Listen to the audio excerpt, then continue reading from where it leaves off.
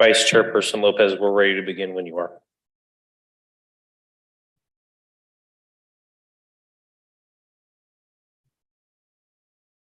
Thank you. Good afternoon, everyone. This is the Joint School Collaboration City Council Subcommittee regular meeting. We are starting the meeting at 6:06. Recording secretary, will you please call roll? I would be happy to. Vice Chairperson Lopez. Here. Subcommittee Member Bustos. Here. Subcommittee Member Hernandez. Subcommittee Member Alvarez. Here. And Subcommittee Member Vasquez. Present. You have a quorum. Thank you. Are there any public comments? We have nobody in the chamber. We have nobody online. Vice Chairperson Lopez. Okay, thank you for that. So we're going to move right into the consent calendar. The first item being the minutes of the regular meeting of February 6th, 2023. One moment, Vice Chairperson, if we could do the Pledge of Allegiance before we get started. That's fine. Do you want to lead the pledge? I surely can. If Okay. you would all rise with me.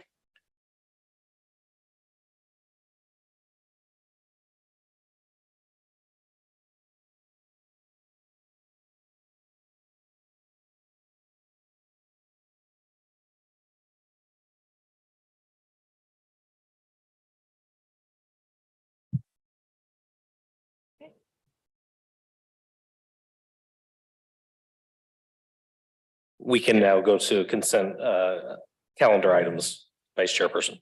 Perfect. Do you need a roll call vote for item 1? We can do a roll call. So we're going to be voting on the minutes of the regular meeting of February 6th, 2023. Vice Chairperson Lopez, Yes.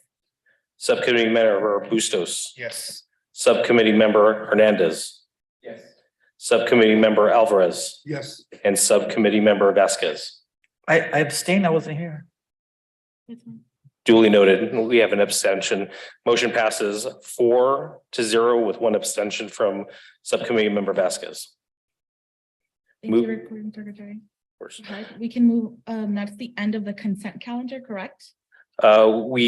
Yes, it is. Okay, perfect. We'll move into the business calendar.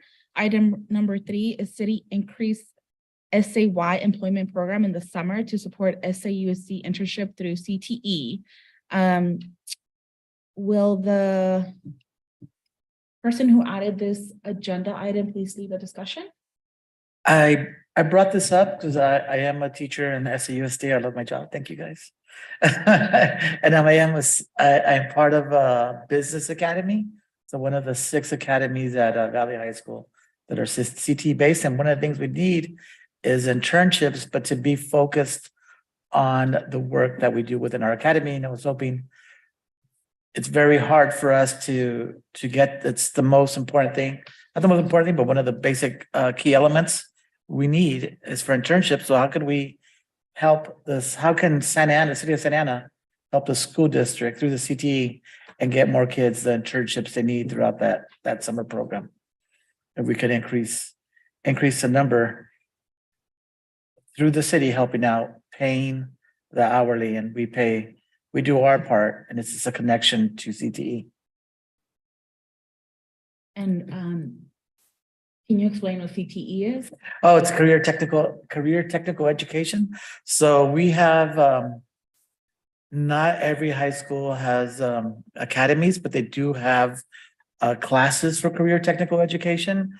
At our school, we have a business academy, we have an auto shop, we have culinary, we have health, we have an engineering academy, and then we have a video and digital design academy.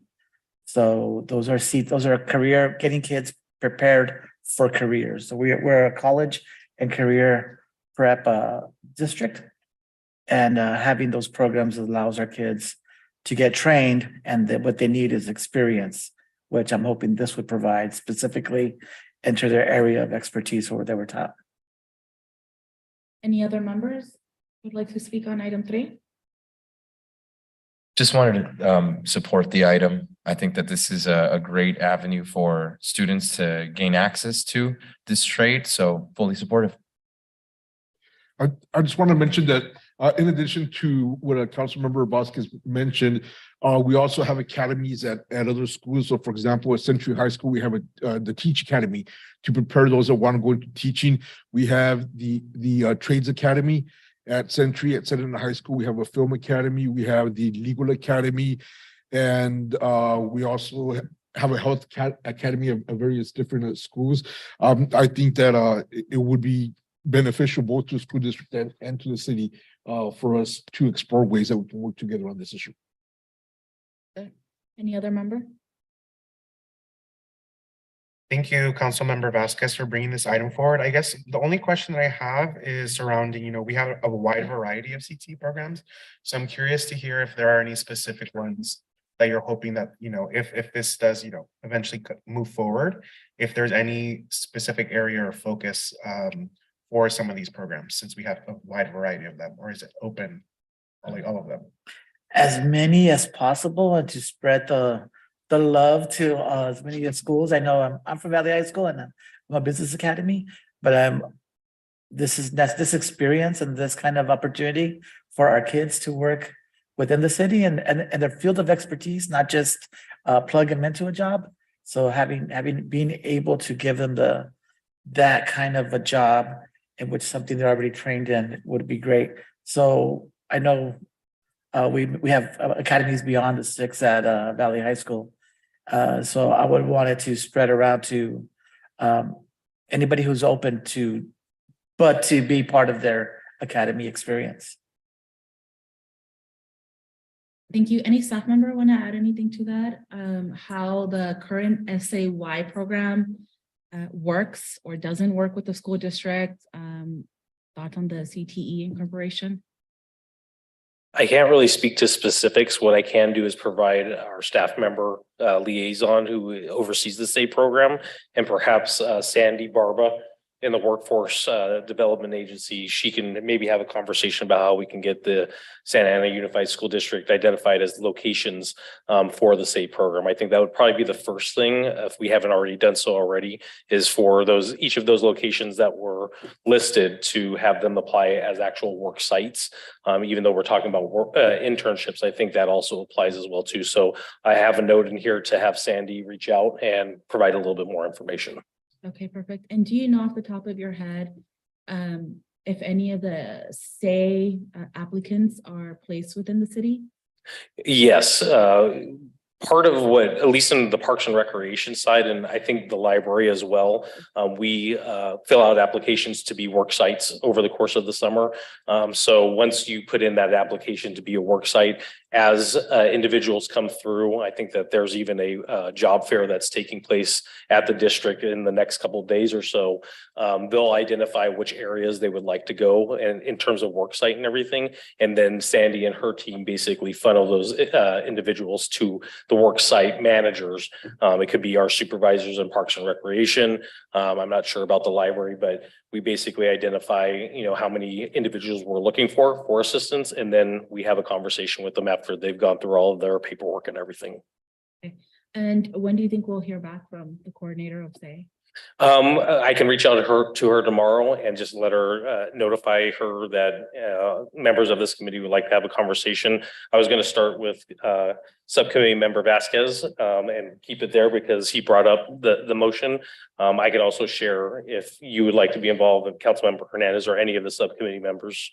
Yeah, I think having all of the subcommittee members be in the loop would be great. Okay. Because I heard majority support. Sure. I'll make sure that she we'll work with her on getting all of your contact information so she can draft an email and get in contact with you that way. Okay, perfect. Thank you. You're very welcome. Is there anything else on item 3? Seeing none. Okay, we can move on to item 4, the use of SAUSD parking to support neighborhood parking 7 p.m. to 6 a.m. I got other ideas today. So in my neighborhood, I had Inter Park and Piccolo, and even in Townsend around the Jerome Center area, Lincoln Elementary area. I just feel that we can relieve some of the parking issues that we have in the city, and we get calls about this all the time. We get letters about it, And hopefully we can ask staff to look into maybe starting with 2 or 3 schools to relieve parking and see how the program goes, like start 1 or 2 schools and see how we can do and how we can share the responsibilities of making sure the cars don't stay there after 6 a.m. or a time that's allotted that the school, I'm not at the school, so I was it's just that the elementary schools seem more open to it, the way the parking lots are, they're just seem to be outside of the school area, right? But and then, well, high schools have bigger lots, but I would want us to investigate and to research the possibility of using the parking areas during that time. Thank you, Subcommittee Member Vasquez. Is there any feedback on item 4? Yes, I just want to thank my colleague for bringing such a transformational item forward. This is a quality of life issue. And I think that this is a great solution. There are neighborhoods that are impacted by parking, and this is a great solution. So I'm fully supportive, and I hope to see this come back to us. Anybody else? Yes, I just had a couple of quick comments. I'm really glad that we're having this discussion. Ever since I got on the school board 7 years ago, I've been bringing up the issue of parking and other things that we have on the agenda, and we never really carried any traction. But it is something that I support and something that I would like to see happen. Go ahead. Yes, thank you.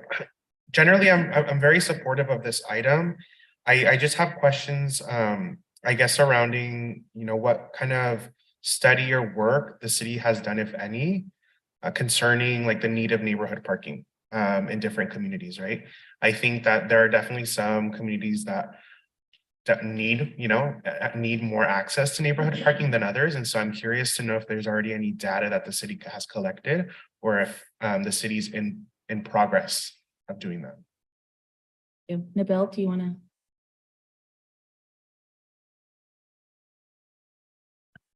Yes, good evening, committee members. Nabil Saba, the Director of Public Works for the City of Santa Ana. Yes, right now we do have a parking study that is being commissioned or has been commissioned to study parking issues throughout the entire city. We are actually taking some survey questions right now, and residents can actually participate in that survey online. We did do a partial study on the northeast area of the city, which again indicated that there is shortage of parking, on-street parking, where you have a mixture between high density apartments or condominiums and single family homes. That's the issue that we have. Again, we did that study initially. We found that we are short, and the study that we have commissioned so far, we will take in consideration talking to the school district about opening or allowing for our residents to use city or school district parking or schools parking areas for overnight to alleviate the issues with parking. But that is the next step, where our consultant will be reaching out to the school district to study those issues and see if there is any potential that we can partner with the school district on opening some of the parking lots that are close proximity to problem areas where we have not enough on-site and on-street parking for residents. From this study that you all conducted, I'm guessing I'd like to hear more about what your preliminary decisions have been to alleviate some of the parking. So before even, not even including potentially opening up schools, but I'm curious, I just want to hear what work the city is consistently doing to try to alleviate that issue first. Right now, we really don't have a solid path. We're waiting on the study, because whatever we do right now is not going to holistically solve the issues. We are looking at what other cities have done, like Fountain Valley, Costa Mesa, and Anaheim, good examples. So that is something that we're considering. In the same time, the survey will tell us where the issues are and how we can resolve some of these issues. We're not only looking at potential sites on schools, but also private parking lots, like the one that you see in strip malls, possibly to partner with those, after hours kind of situation where residents can use these parking lots, for a limited period of time just to park overnight. And then, so I really don't have solid information for you on this. We're waiting for that study to come by. Okay, thank you. Sure. And Nabil, are there any other questions? Nabil, we had talked about last year, and for context for subcommittee member Bustos and Vasquez, we had talked about doing a pilot program at Northeast I think is what you're referring to. Right. In, that school. Do you have any update on that? That study did not go any further than just a discussion. There was no interest at the school level to participate with the city on allowing for the residents to use the school as a parking for our residents. So it didn't go too far, and there is some issues for the school district that has to be really resolved before they allow residents to park overnight on their parking areas or parking lots. Do you mind just sharing what the issues are? Sure. Security and cleaning and allowing for people to come in and park and leave. It's just mostly security and liability. Do you have any questions? I just wanted to add, those were some of the other questions that I had around, security and liability, but also like, I guess just like the processes, right? Like, is it just going to be open parking, first come, first serve, or is it going to be permit parking, like what that could look like? So I think all of those things are things that I'm thinking about that would help better inform my decision on even, like I'm supportive of it, but just like being able to hear that and having that solid plan first. Sure. I believe that the study will explore those solutions and possibly come up with a program where certain residents that live in a certain area can use those parking lots with a permit. Those things that I'm thinking of right now, but again, our consultant will probably make recommendations and we'll come back to the city council and the school district if there is a partnership, which we are really looking forward for, because it is an issue for our resident. I hear it every day. There is not enough parking, and when you have a mixture of, again, high density apartments or condominiums mixed with single family area in the same time, and our demographics are changing, where it used to be 1 car, 2 cars per apartment or condominium. Now you have 3, 4, and 5 cars because adults are staying home, adult kids are staying home with their vehicles. So the problem is not getting solved. It's becoming a bigger problem that we have. Maybe a quick question. So the liability, the trash, the security, all of those would be costs that the city would take on? Could be a partnership between the apartment complexes and the city and possibly the school district. So it have to be a mutual agreement between all these parties, because it is to the benefit of the residents that we alleviate this parking issue. So to answer the question, I really can't answer it right now, but yes, all 3 partners in this will have to work together and come up with a solution. Any other concerns that we should know about? We are looking at areas where we can open like city open lots, parks, school parking lots would be a great solution for this. But again, I think we have to work together and come up with a solution. Liability is an issue, but again, I think that could be resolved between the school district and the city, and we can share the liability on this. They are our residents. Do you have any upcoming meetings? Because I hear that both entities want to do this, but then it's the logistics part of how do you actually even start a pilot program, right? So are there plans to continue to discuss this? We can reach out to the school district and see if they are interested in looking at the John Muir school, and we can resurrect that conversation with them and see if they're open, and we can start that conversation. All right. Any other comment on this item? I was just hoping that if we do it, that we have it, because it is a school and there are children involved, so like I would permit and registered cars just to make sure we're safe all the way around and we can do that and it'd be a lot safer for everybody else. So that's what. Sure. Go ahead. I have a question around just like timeline, right? So like from the moment you began conversations, was it John Muir, the elementary school? That's the pilot that we're pilot. looking at. So from the moment you started those conversations until the point that you got the no or whatever that was, like what was that timeline? What did that look like? You know, I need to go back to see what my traffic engineers, when they first tackled that issue with the school district, what was their experience. But I believe that we had a conversation with the school district about allowing it, and the answer, and I don't want to put words in my staff, so it was a no, we're not interested. So, but that doesn't mean we can't reach out to the school district and the school again to resurrect this conversation. Right. And I think, you know, I don't know the entirety of the situation, but I think I can assume that maybe some of those decisions came from not knowing, you know, the issues around the security, the liability, right, the parking permit, you know, because for me, those are things that I would want to know before I give a yes and say, absolutely, let's start this pilot program at the schools. So I'm thinking potentially that's, you know, part of the reason. Well, you know, again, that particular site may not be attractive to the condominiums or the apartment complex residents, because you probably have to walk so far to have access to the parking lot for that particular school. It's not, yes, the complex isn't right next to the school, but access, there is walls and there is fences.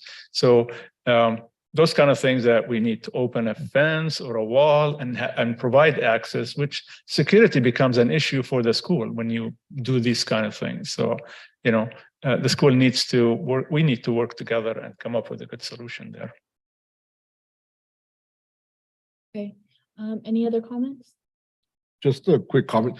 You know, thinking back on that, when this issue was brought up, I did have conversation with the superintendent. He said he was open to us doing a pilot study, but I think it's all in the details. You know, the liability issue, the security, all of those things are barriers that I'm not going to say that I'm going to stop it, but barriers that are going to slow down the process.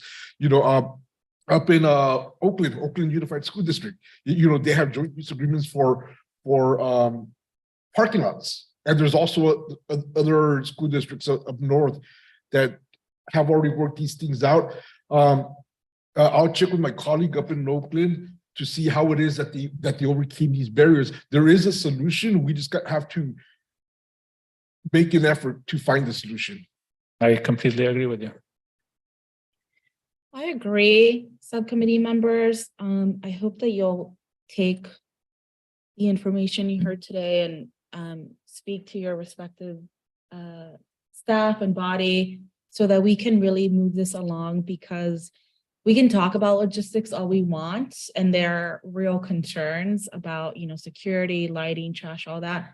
But at the end of the day, it's finding a solution for our constituents, for the people that live here that have waited long enough for these two entities to find a resolution or come to an agreement about the use of the land here in the city. And so hopefully by the time we meet next time, there'll be some progress from our staff, from the school district staff, about how we move forward to really prioritize the needs of our residents. So thank you, Nabil. Okay, so we can move on to item number 5, the use of school libraries as neighborhood libraries.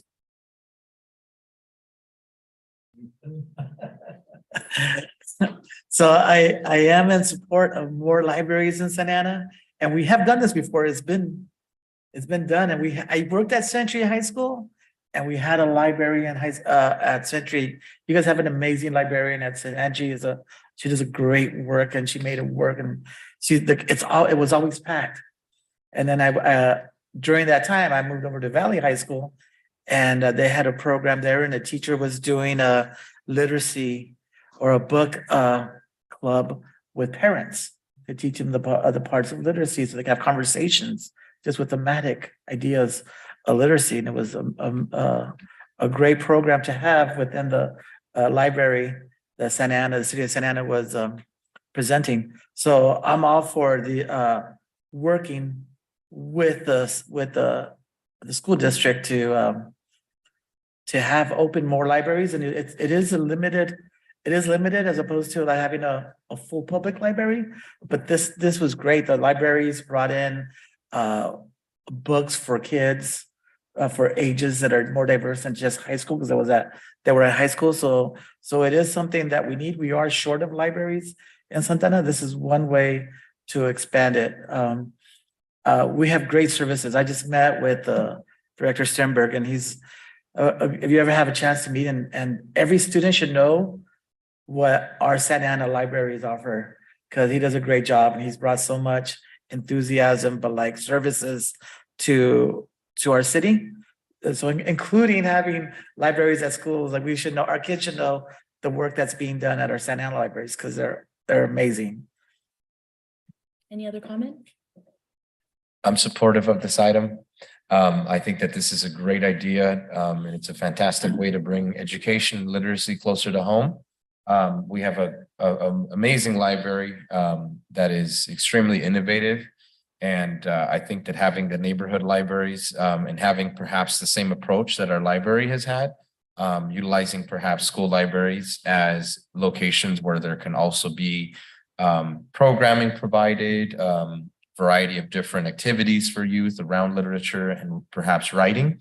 I think this is a partnership that many residents would be supportive of. Specifically, I know that there are some neighborhoods in Ward 5 that would love to see this come to their backyard. Fremont Elementary, I know we have the Willard community, so a couple of neighborhoods that would benefit greatly from this. Any other comments? Growing up, I wouldn't study in high school. Growing up, I would get out of study in high school, walk to the library. I would stay there usually until about closing time. So that was my childhood, and then I also used to live over by the Sumner Park. We had a bookmobile, and the bookmobile was the highlight of our week during the summer, and I am in support of this. We did it in the past. I think in 2008 is when we ended up our partnership, but we did it in the past where we had our libraries open until 8 o'clock, from 3 to 8. It was open to the public. I definitely do see a lot of benefit to our community. We've talked about, for example, parenting classes or mommy and me classes or different things like that can be done in the community. So yes, I'm supportive of this. Great, thank you. Any other comments? Go ahead. Thank you. I'm also very supportive of this item. I think that, libraries are a very important space for our youth here in Santa Ana. But I do have a few questions. The first one, just concerning around what efforts or what interest, I guess, the city has currently to invest in potentially opening more libraries.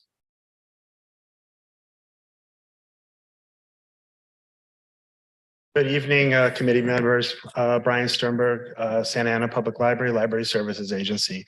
So the city currently has several really exciting projects underway. We are going to be opening a new branch library at the Delhi Center, and we're expecting that to be open sometime summer of next year. To kind of offset the closure of the main library, which is going to get an amazing renovation, which will include interactive an interactive children's museum type of space, which kind of think more along the lines of the Discovery Cube, on a smaller scale, right at our main library. So those types of experience where children learn hands-on, and it doesn't necessarily have to be a program led by a specific staff member, but museum style experiences, where kids can, maybe, look into a magnifying glass and see things, or a microscope and see things at a smaller scale, things like that, just to kind of capture children's imagination, and also encourage them to really pursue lifelong education. So there's those two projects. We have another major renovation of our New Hope Public Library coming. Again, we're hoping to get that one open summer of 2024. Prior to the main library closure. So that's going to get a whole new look to it. We're going to build a media lab in there, a tech lab for things like video editing, a makerspace type of environment, 3D printing, things like that. If any of you have been out to our new Teen Time location at El Salvador Community Center or at Garfield, that type of space will be also going into our New Hope Library. So we have those two that are already open, Garfield Community Center, El Salvador Community Center. Those are called Teen Times. Those really serve youth after school. Everybody's welcome to come on in. On top of that, we have our Jerome Park outdoor library in the park project that is currently in conceptual design. That one is also coming online probably sometime in 2025. We're a little bit earlier on in that project, but that is going to really kind of reimagine what a public library can be and think about it in terms of everything that you have when you walk into one of our buildings, but it's outside in the park for anybody to use. And that includes checking out books. That includes attending a program. That includes reading with a child. That includes just relaxing and, using Wi-Fi with your device. So we have that one coming as well. We also, on top of that, have a new, much larger bookmobile that will be coming to council for approval in the weeks ahead. So look for that one as well. That is going to be much larger than our current Knowledge Mobile, or we call it NOMO. And that'll be also visiting schools, community centers, nonprofits throughout the entire community, and really essentially allow us to double up on the number of stops and sites we can visit every week. Even though I believe to date, our Knowledge Mobile, since it launched in June of last year, has served nearly 30,000 residents throughout the time. So we're doing a great job with that one, and we hope to continue to expand services, but that's what we have in the hopper right now. So we're quite busy rolling all those out. Thank you. Mhm. Yeah, that's really, really exciting. And I know you mentioned the branch library at Delhi. Is that going to be temporary or is that going to be permanent? That's a permanent. That is. So we are entering into a lease agreement. So we have. It is going to be a 10-year lease agreement with the option for 2 5-year extensions. So the way the public library is looking at it is we're putting a lot of upgrades into this facility. We are completely reimagining the space that we're renting at Delhi. We've hired an architectural firm to help us with that. And it's going to kind of be, all I can say, it'll be a cross between sort of a Starbucks and an Apple store. So it's going to have, instead of a Genius Bar, we're going to call it the Knowledge Bar, and it'll be a place where people can go get help with their devices or even help with their homework and things like that. And then we're going to have an outdoor space with what we're looking at, like a roll-up kind of garage door and a cafe style space for the Delhi community residents to come and just enjoy a book or check out a laptop and use outside. There will also be places outside for kids to play while their parents get work done. So we're trying to wrap the whole service around, because we don't want a library where a parent comes in to attend or a program that's for adults or needs to take care of work or business, and there's nothing for the child to do. So what we try to do is when somebody comes in, there's always something for everybody to do. So the service wraps around. It's always multi-generational in everything we do. That makes sense. I'm excited for the Delhi community. Yeah. What percentage of that building are we taking over for the library? So it's about, I don't have the exact percentage, but it's about 2,500 square feet inside. So it's not big, but what we're going to do is, knowing that the space was limited inside, we're going to develop the whole outside lawn area that's sort of just has nothing on it right now, and turn that into an outdoor space as well. So that will be a space where people can, read, study, use a laptop. There will be places for kids to play right outside there. We'll have some small outdoor educational type of equipment, like a playground, but the way I kind of I bend it a little bit for the library is I try to have some educational, it's not just pure recreation. So if there's a piece of play equipment, maybe it's a giant abacus. So, children can learn how to count out there while still playing and having that recreational playground style feel. There will also be outside a small area for programming to do a story time out there. So we're essentially, doubling up on our space with the outdoor area. Thanks, Brian. But in terms of the school, kind of partnership, the only one comment I would make on that is that library media centers have very different missions than a public library. Library media centers are typically staffed by licensed teachers, teacher librarians, as they call them. Typically, when a school district hires a teacher librarian or a library media specialist, they do require a teaching credential. The collections that are in those facilities, and usually school libraries are small, some might be bigger though. Usually those collections directly support the curricula of the school. Whereas a public library would definitely have a much more general kind of collection that appeals to the recreational and educational needs of all people in the community, whether it's seniors, children, adults, whoever you might be, it's all available. And then, of course, there's the logistical issues. When you have a public library spaces are open to everyone to come in, and we wouldn't want to restrict who may come in or things like that. So I feel strongly about, if you're going to open up the public library's doors, just like what we're doing at Delhi, everybody is able to come in and use the space and have access. So, there's lots of great ways to expand services, such as our teen time locations and our community centers, libraries and community centers, our bookmobile that gets out to, dozens of stops every couple of weeks. So we want to make sure we're just, I would say putting our resources in the right space and getting the best ROI for what we're doing. Just would be my comment on that. Thank you, Director. Okay. Any other comments? Just one quick last comment. Yeah. Over in the city of Eastville, the Corona Norco Unified School District and the city of Eastville got together and they established the Eastville Community Library. Yeah. So that is a partnership between the city and the school district. And with that one, it's only open to students from 8 to 3:30. At 3:30, it's open to the public. There's no restrictions. And the way that they have it set up is that there's a single point of entry, single point of exit. So that's one way to observe who's going in, and one way to control it before it's open up to the public. So there's a lot of different things that can be done. I mentioned Oakland earlier, but Oakland Unified has really taken the lead on a lot of joint use issues. They've taken the lead on housing and all of these different things. So although we may be facing some challenges and barriers as we're exploring this issue, I really do believe that there's a solution to it. Yeah, so typically when I've seen it happen, and I used to work for the Chicago Public Library for about 9 years, and we did do a location that was a branch library location that was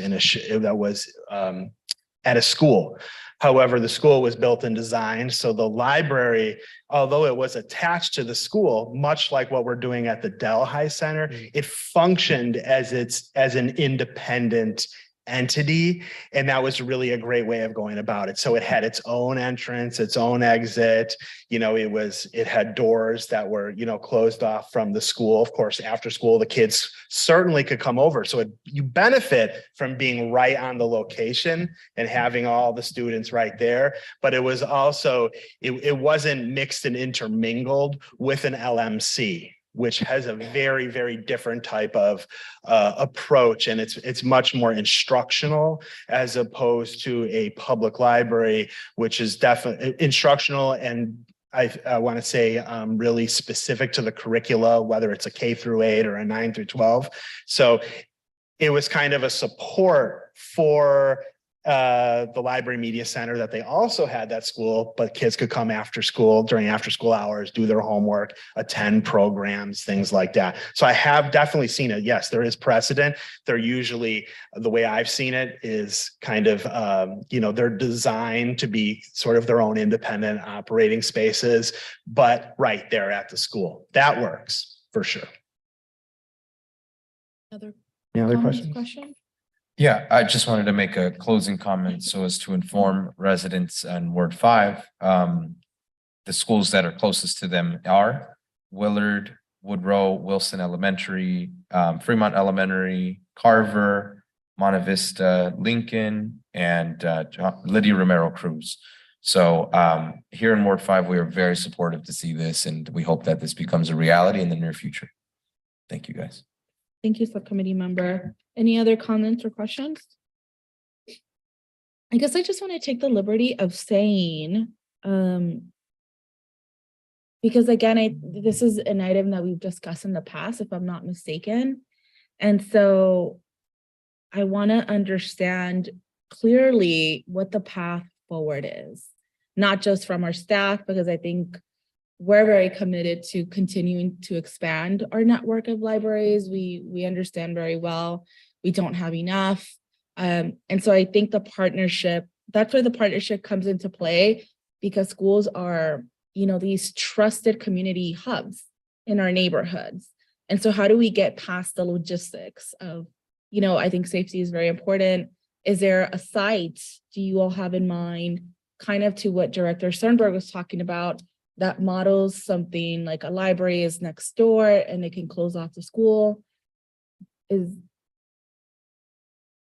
not to, put you on the spot, but I'm just trying to, how do you keep the train moving forward, right? Well, just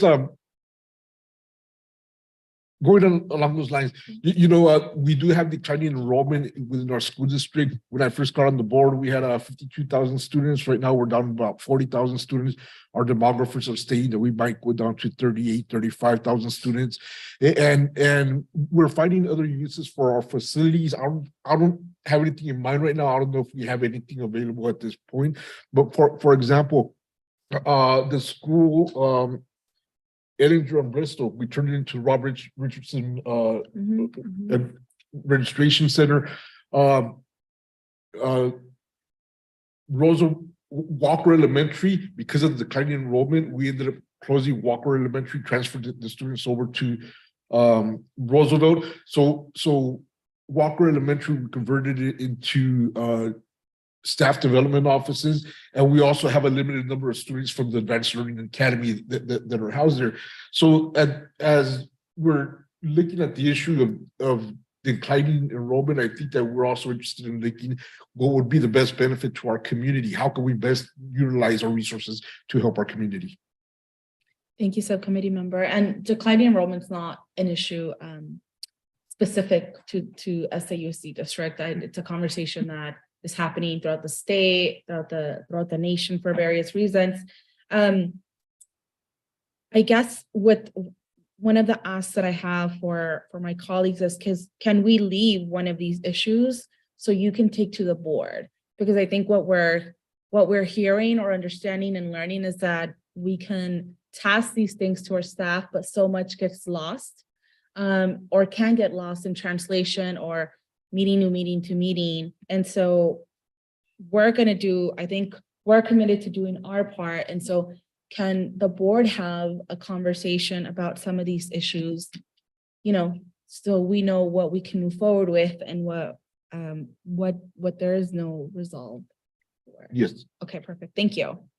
So no more, thank you, Director Sternberg. So there's no more comment on item 5. We'll move on to item 6, El Salvador Park Joint Use Agreement.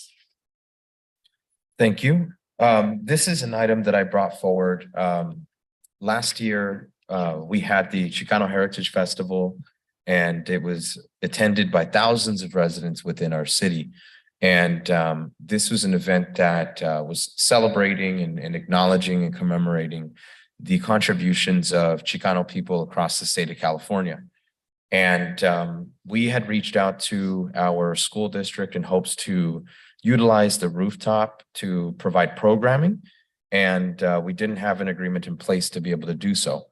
So what I am proposing here today is for the city of Santa Ana and for our school district to explore having a joint use agreement at El Salvador Park. I think that this would be a great location for us to begin a pilot program.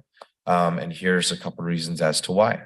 The city of Santa Ana's first community center ever built in the city of Santa Ana was at El Salvador Park in 1960.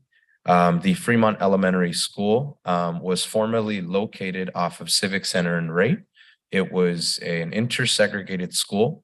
When it shortly moved over to the address where it's at now, 1930 West 10th Street, this school became a hub that was to be utilized for community. It had a very open concept with the open rooftop plan so that families can provide, programming, ride bikes with their kids. There was tetherball, basketball courts, in addition to the amenities that we have at El Salvador Park.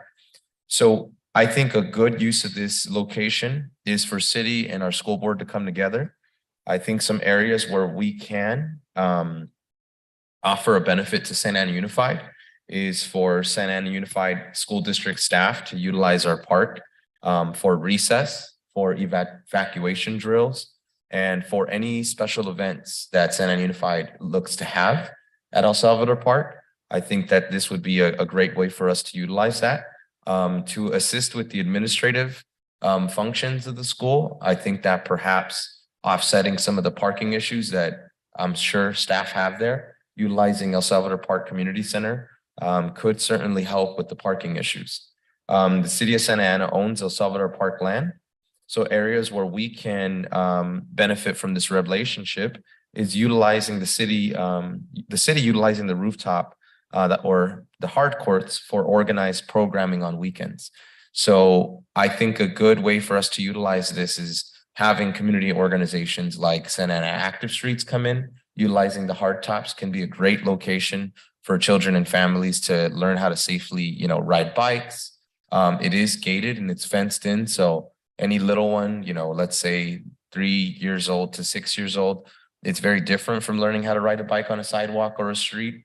In addition to that, there's organizations like Neutral Ground who provide boxing. They could provide workouts on the rooftop. There's organizations like OCTAC. That rooftop can also be utilized to provide, music, music therapy types of programming. Orange County Therapeutic Arts Centers in Santa Ana, in our Mayor Pro Tem Councilmember Lopez's district. And I also think that utilizing the school classrooms for programming during the week would be an essential service for families. I think that having the classrooms utilized as a place for nonprofit programming would be a great way for us to offset the lack of services that sometimes neighborhoods are afforded. I could envision organizations like OCTAC coming into the classrooms, providing, music classes, choir classes, what have you, and then utilizing the classrooms for parenting classes, mommy and me, fathering classes, and citizenship classes. I think that these would be great usage of classroom space. And furthermore, I think that programming on the weekends at the school sites would be instrumental in changing neighborhood stories. And that two-pronged approach, I think, is ultimately what is important to the school, and it's important to us as well. That is my final comment. Thank you, Subcommittee Member. Any other comments or questions? I love the idea of us having the joint use of space with the school district. I'm hoping sometime in the future we could talk about park space, like a Martin Elementary that's in the middle of a neighborhood, and we have an open space at Martin Elementary that could be a great park. And I know we did that at over at Garfield. At Garfield, and we have that basketball court, and we have a community center. But if we could open up more, where kids are using the field and running up and playing soccer, would be great. So I'm gonna support the use of a Salvador Park, but maybe in the future we could talk about more parks. And we don't have we don't have enough parks in Santa Ana. We don't have the green spaces, but they're there. And if we could find a way to use them, it would be so much beneficial to our community, especially in Ward 2 that has, I keep saying we have 1.5 parks in my ward, because Jerome Park is half in Hernandez, Councilmember Hernandez ward. And I have the other park at Garfield and Pacific Electric Park, yes. Beautiful area that we just barely built it. So Central Santa Ana is lacking in green spaces for sure. And that's where the kids are most impacted, where families are most impacted and the needs are the most. We did get a park over at Riverview that we're working on, but like walking distance from our houses where families are on top of each other and need to go out and be in spaces. I think the more we can use those areas at night and during the weekends, be better off for everybody. Thank you, subcommittee member. Any other questions or concerns, comments? Okay. No, I'm very supportive of this. I think, maybe doing a 6-month pilot to see what the feedback is, what the usage looks like is very doable, but I know staff was working on the joint use agreements. Is there an update, recording secretary? Thank you, Vice Chairperson Lopez. A couple things. The history of the Fremont Elementary Joint Use Agreement was actually started under former Executive Director Lisa Rudloff. And I think when she started to retire, that was one of the things that ended up falling off of her plate. And I know Executive Director Scott at this point is taking a look at it. We've been in communication with our Parks, Recreation, Community Services Commissioner Wu, who had brought it up to our attention just recently. And we went back inside and said, oh yeah, that did end up falling off the radar when the former executive director retired. So we're definitely taking a look at that. With regards to the master joint use agreement, I know that was referenced in the February meeting. Your staff, in addition to SAUSD staff, has been meeting regularly in the technical advisory committees for about 6 months now. And one of the things that we have focused on, and I think this was even referenced back in the February meeting as well, is the Godinez High School joint use agreement, because that's kind of like the mother of all joint use agreements, especially here in Santa Ana. So that's where a majority of our focus has been. Just recently, we have created a spreadsheet where we've listed all joint use agreements between the school district and also the city. So there's a lot of discovery that's going on there. For example, Grissett Park is a city park, and it's located in Ward 4, I believe. And at the time when we started the technical advisory committee meeting, we as a city didn't have use of it, even though it was listed as a city park. So that was one of the things that having the technical advisory committee come together, we were able to identify that and then start making actions to start providing access to the residents in Ward 4. So there's a lot of things that are coming up as a part of these meetings. I know that there was a deadline of sometimes in May for the executive director, Scott, to come back and provide some information. I'll make sure to remind him of that so that he has that on his radar for our next subcommittee meeting, so that he can provide that feedback to you all here.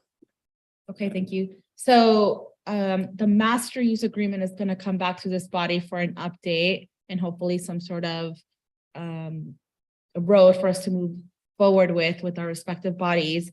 And then the single use joint agreement with the specific site is being picked up, you said. So do you have a timeline for both? As far as the Fremont Elementary School one, like I said, this one was just brought up to at least me. I had a conversation with Commissioner Wu probably about a week ago. So in correspondence, and I'm forgetting who it was now, so forgive me, but we basically said that when that fell off the radar, it wasn't really picked up again, either by the school district side or by the city side.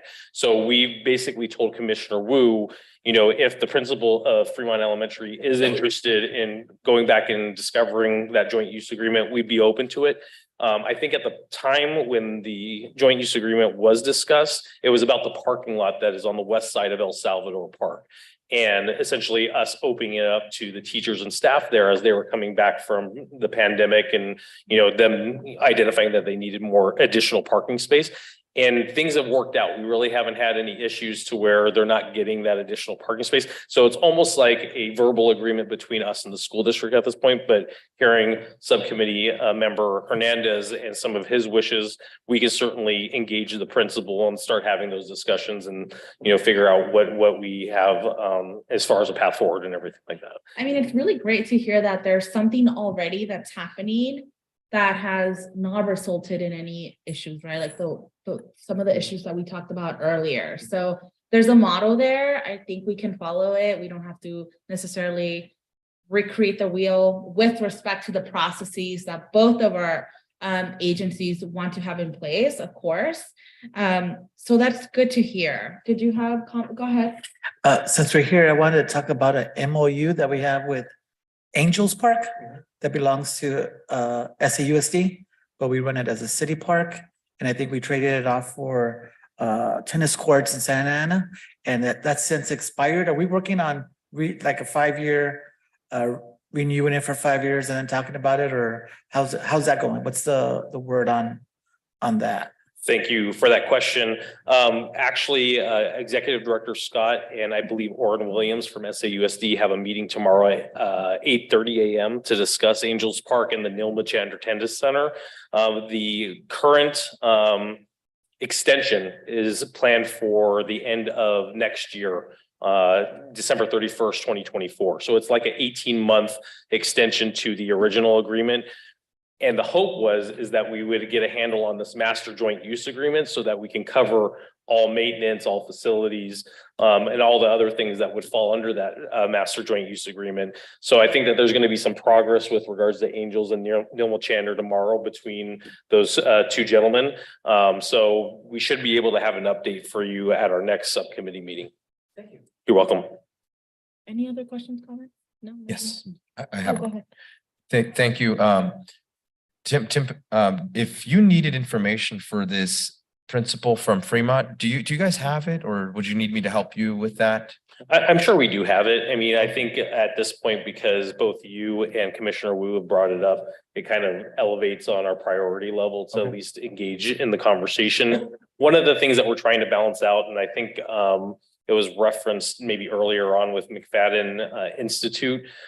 They also had a desire, I believe, to utilize, I want to say it's Lily King Park, but we put that on pause because of the discussions we're having with the master joint use agreement, because you don't want to get into the habit of creating all of these, singular individual joint use agreements and then have a master agreement that comes in where we're going to have to basically tear that all down just to make it align with the master joint use agreement. So we can certainly engage and see if there's some alignment there in terms of what they're looking for and some of the things that you've expressed.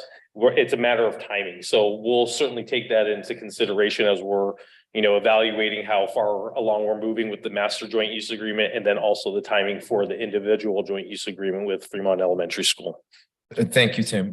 When I was at the Artesia Pilar Neighborhood Association meeting last week, this was a topic that was brought up. And the principal of Fremont Elementary, Mr. Gutierrez, did talk to me. He shared with me his information, shared that he's fully supportive of seeing us utilize the rooftop. I just wanted to provide a point of clarity. I want the rooftop to be open and accessible to residents of our community after school hours. So not just for programming on the weekend, but for any mother or child to go ahead and play on that rooftop. And just for the point of clarification, we did have a school collaboration subcommittee meeting on the 14th of December of 2021, where we did have agendized the joint use agreement between SAUSD and City of Santa Ana specific to Fremont. Director Rudolph did also send a follow-up email to myself and our city manager, Christine Ridge, highlighting the direction that was given. So if there's any additional information that's needed, perhaps we can look back at those records. Sounds good. Thank you very much, Subcommittee Member Hernandez. Thank you. Any other questions or concerns? No. Okay. Thank you, everyone. That is going to be the end of our business calendar. We are going to move into the subcommittee comments portion of the meeting, and we are going to start off to my left with Subcommittee Member Vasquez. Yes. Well, I'm wearing two hats. I'm the employee of Santa Ana Unified School District.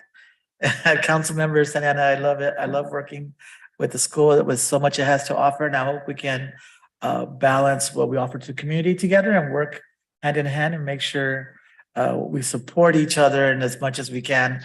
We are lacking so many resources in Santa Ana to our residents, and it's important for us to come together.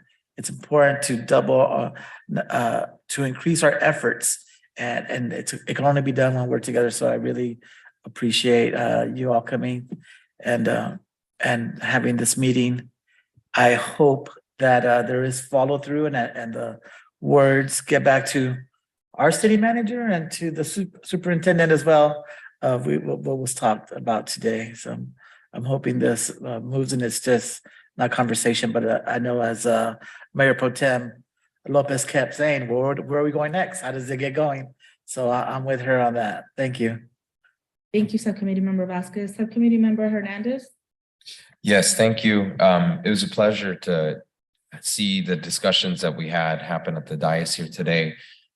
These are all conversations that are going to lead to improving the quality of life for children and families. So I thank you, each and every one of you who serve on this dais, for taking part in this conversation today. Thank you, guys. Subcommittee Member Bustos. Thank you. Just want to say I'm very proud to be on this subcommittee with all of you. I know that, I think everybody on this subcommittee really is devoted to our youth. And I think that, all of our experiences, I think, even I think all of us, right, are products of SAUSD. And so I think that just shows, right, like our commitment to really work together and bring solutions to our youth here in Santa Ana.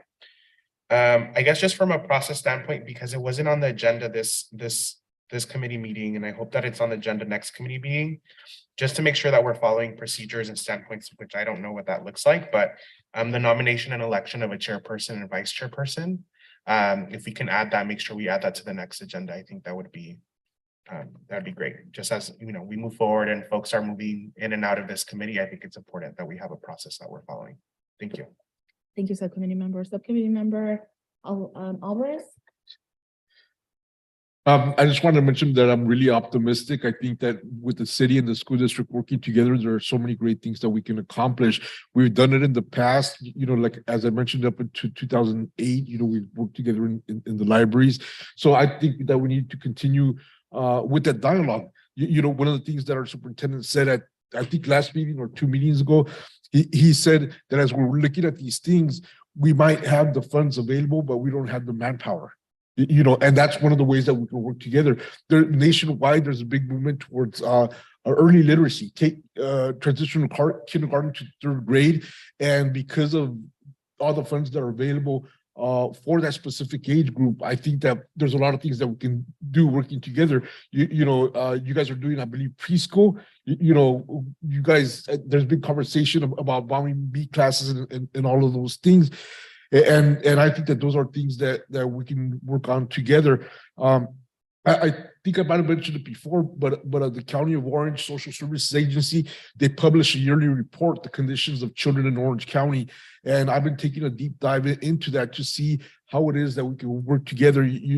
That report indicates that less than 50% of our children, before they get to school age, that they're behind on vaccinations, that they're behind on medical exams, that they're not getting developmental screenings in a timely manner. And the thing is, that not just affects the school district, but also affects the city.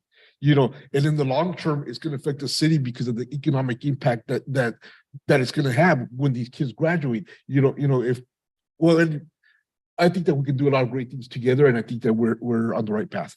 Thank you. Thank you, Subcommittee Member Alvarez. I wanted to welcome Subcommittee Member Vasquez and Bustos to the Joint School Subcommittee. Thank you for being here. Thank you for being willing to serve and put in the extra time to figure out how do we close the gaps that our community folks are experiencing and relaying to us. And I agree with you, Subcommittee Member Bustos. Staff, please let us know or place on the agenda if you want to see, or if we have to have the election of a new chair, vice chair. I'm completely supportive of that. And so for the next meeting, we're going to receive a status update on the master plan for the joint school use agreements. And I think maybe it'd be great if at some point we have Superintendent Alvarez also present so that he hears Almendares. Wow, I promoted you. Yeah. So, Almendares here so that I think he hears the direction from this body. And hopefully that moves things along or the conversations along. And just finally, I want to thank our staff. I know some of you have been up since 4, 5, 6 a.m. Thank you for being here. I promise I try to keep this under an hour. So with that, we're going to end the school subcommittee meeting. Our next subcommittee meeting is going to be, the regular meeting is scheduled for May 1st, 2023 at 6 p.m. in the City Council chambers. Thank you, everyone. Have a good night.